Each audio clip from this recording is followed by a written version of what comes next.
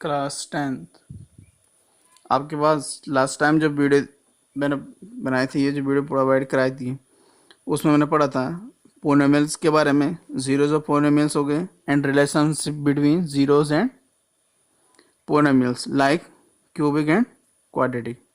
ठीक है, तो अब एनसीईआरटी में आपके पास एक एक्सरसाइज है, एनसीईआरटी एक्सरसाइज आपके पास 2.1, एनसीईआरटी की एक्सरसाइज आपके पास 2.1।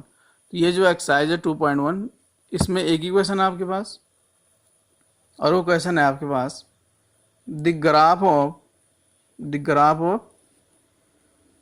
वो क्या आपके पास the graph of y equal to f of x, the graph of y equal to f of x are given below.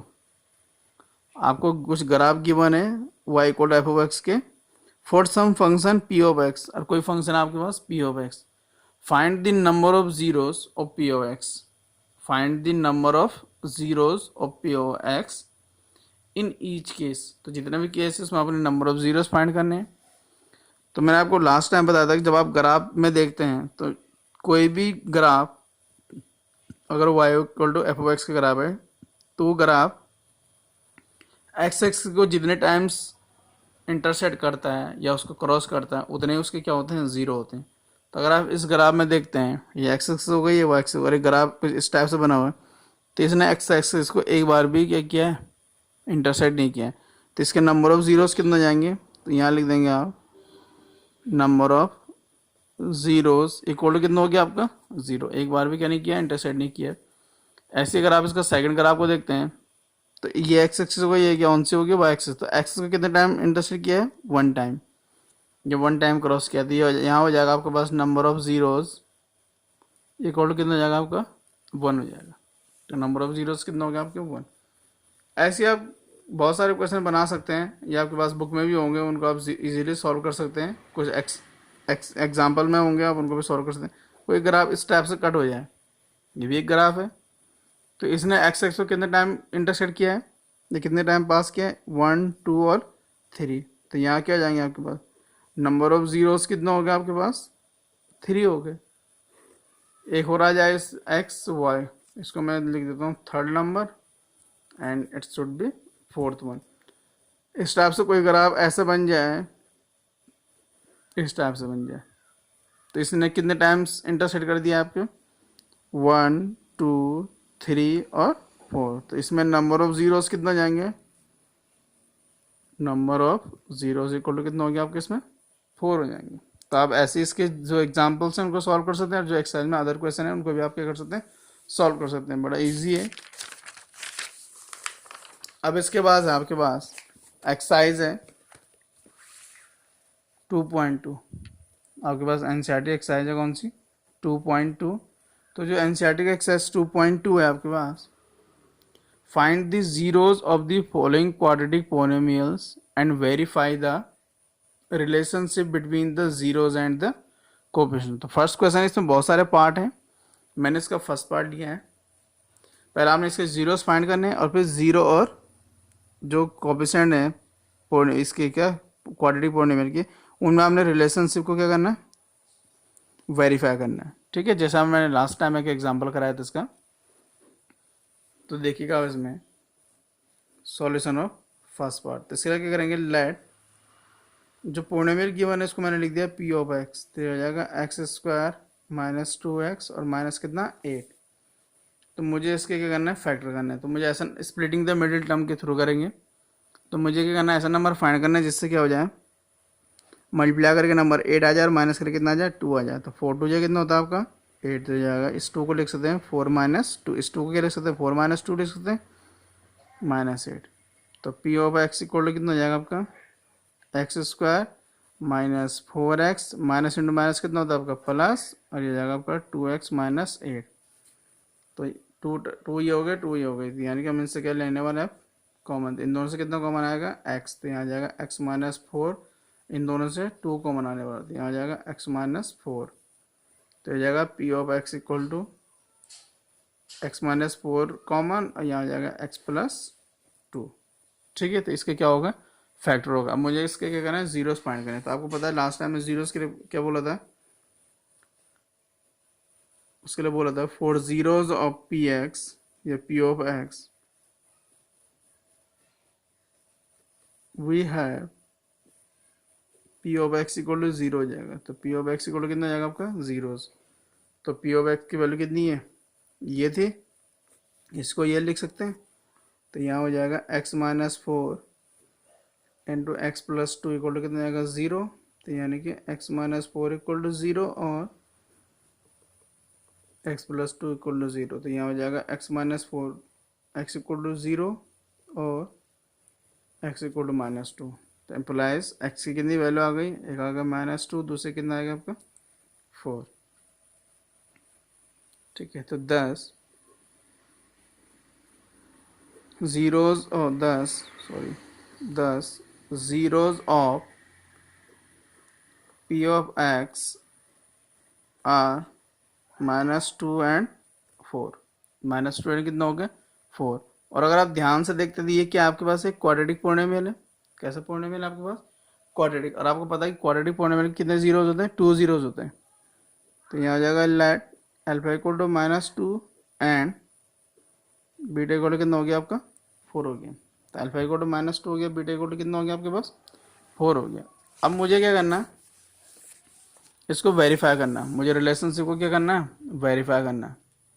तो उसके लिए क्या करने वाले हम, नाउ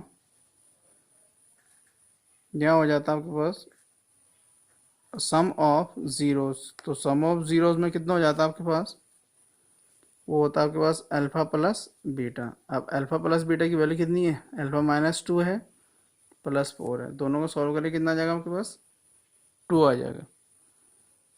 उसके बाद दूसरा होता है आपके पास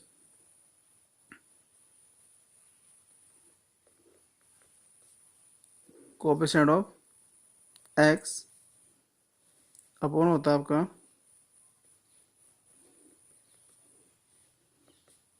कोएफिशिएंट ऑफ एक्स स्क्वायर।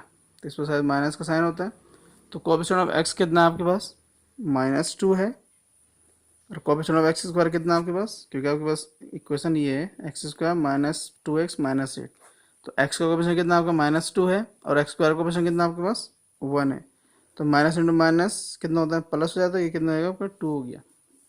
तो ये दोनों क्या हो गया आपके वेरीफाई हो गए। तो यहाँ आ जाएगा आपके पास sum of zeros equal to minus coefficient of x upon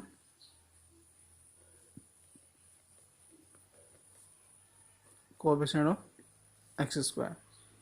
इसके बाद नेक्स्ट है आपके पास and product of zeros. Product of zero में क्या होता है अल्फा इंटू बीटा। तो अल्फा कितना है माइनस टू, बीटा कितना है फोर। तो फोर टू कितना हो जाएगा आपका एट और माइनस इंटू प्लस माइनस। फिर नेक्स्ट क्या चलता है आपके पास, यहाँ होता है कांस्टेंट टर्म अपॉन होता है आपके पास एंड चलता रहेगा आपके पास अपॉन होता है कोएफिशिएंट ऑफ एक्स स्क्वायर। तो ये होता है आपका सी अपॉन ए, यानी कि माइनस एट और एक्स स्क्वायर का कोएफिशिएंट कितना आपका वन। तो सॉल्व करके कितना जाएगा माइनस एट हो जाएगा आपके पास। ठीक है, तो ये कितना जाएगा आपके पास माइनस एट हो जाएगा। तो दोनों की वैल्यू क्या आ गई सेम आ गई। इसका मतलब ये किसके इक्वल हो जाएगा, इस पूरे के इक्वल हो जाएगा। जहाँ इसमें हुआ था ये पूरा टर्म किसके इक्वल हो गया था, इस पूरे टर्म के इक्वल हो गया था, क्योंकि ये दोनों वैल्यू क्या हो गई थी इक्वल। तो इसका मतलब क्या हो जाएगा therefore product of zeros equal to कितना हो गया कांस्टेंट टर्म अपॉन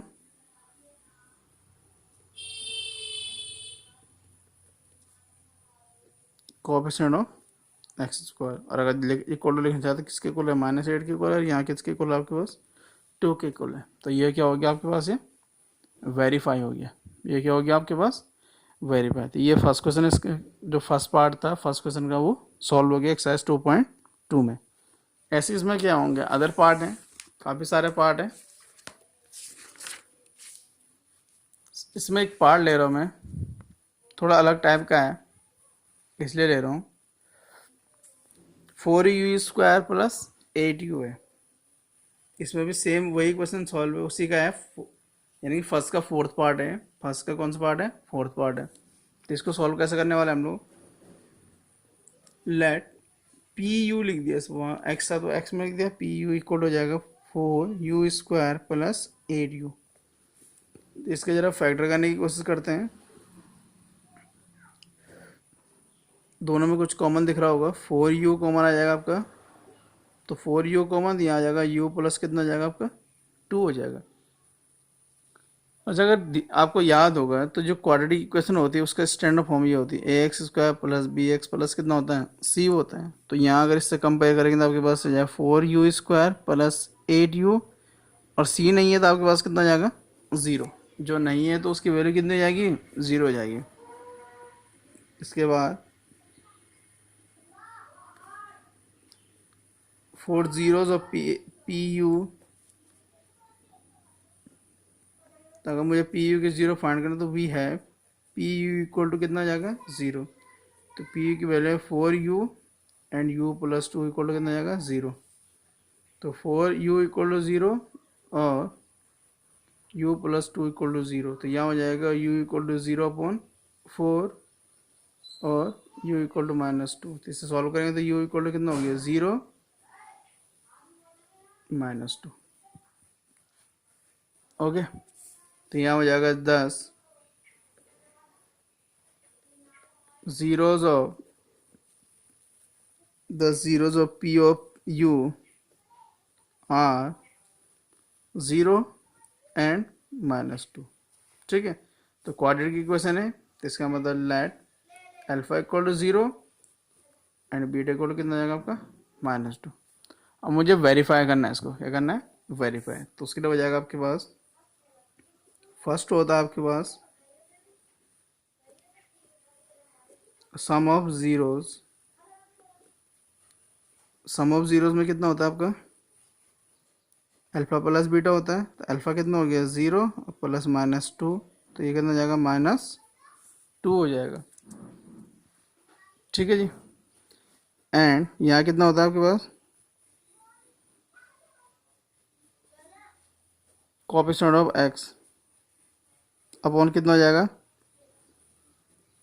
आप चाहे तो इसे नेक्स्ट लाइन से भी सॉल्व कर सकते हैं। कोएफिशिएंट ऑफ x², तो कोएफिशिएंट ऑफ x कितना? अब यहाँ x है, हालांकि मैंने फॉर्मूला में x लिख सकती है, लेकिन आप इसको क्या समझ सकते हैं? u, और इसको भी क्या समझते हैं आप? u² समझ सकते हैं आप इसको, ये भी u²। तो इस हिसाब से देखेंगे यहाँ पे u का कोएफिशिएंट कितना आपका? इसमें देखें या इसमें देखें, तो u का कोएफिशिएंट कितना दिख रहा है आपको? 8 दिख रहा है। तो यहाँ हो जाएगा -8, क्योंकि माइनस फॉर्मूला में होता है, और u² का कोएफिशिएंट कितना आपका? 4 है। तो 4 टू जाएगा कितना? 2, तो -2 हो गया आपका। तो दोनों वैल्यू क्या आ गई आपकी? इक्वल आ गई। तो इससे क्या समझ में आया आपको? आपका ऐसा समझ में आया होगा कि सम ऑफ जीरोज इक्वल टू होता है माइनस कोएफिशिएंट ऑफ u लिख सकते हैं आप इसमें, और दूसरा कोएफिशिएंट ऑफ u²। अगर आप इस क्वेश्चन की बात करें तो यहाँ किसकी इक्वल आ गया? -2 के को। नेक्स्ट होता है आपके पास प्रोडक्ट ऑफ जीरोज। तो प्रोडक्ट ऑफ जीरोज में क्या हो जाएगा आपका? Alpha beta. अल्फा आपके पास 0 है, -2 है, तो कितना हो गया आपके पास? 0। चाहे आप लाइन ड्रॉ कर दें, यहाँ हो जाएगा आपके पास constant term upon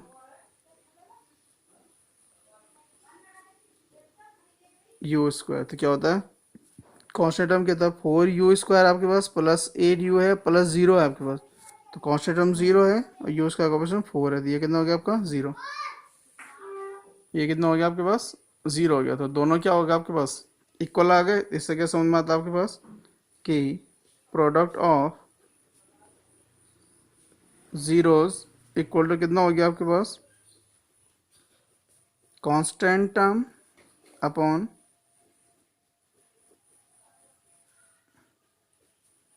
coefficient of u² equal to कितना हो गया आपके पास? 0। तो ये क्वेश्चन क्या हो गया आपका, सॉल्व हो गया। ऐसे ही आप इसके क्या कर सकते हैं, अदर पार्ट जो होंगे उनको आप सॉल्व कर सकते हैं। ठीक है क्लास। तो क्लास 10 आपके पास फर्स्ट क्वेश्चन के ये सारे पार्ट थे जिनको मैंने सॉल्व करने की कुछ कोशिश की है कि आपको कुछ समझ में आया है।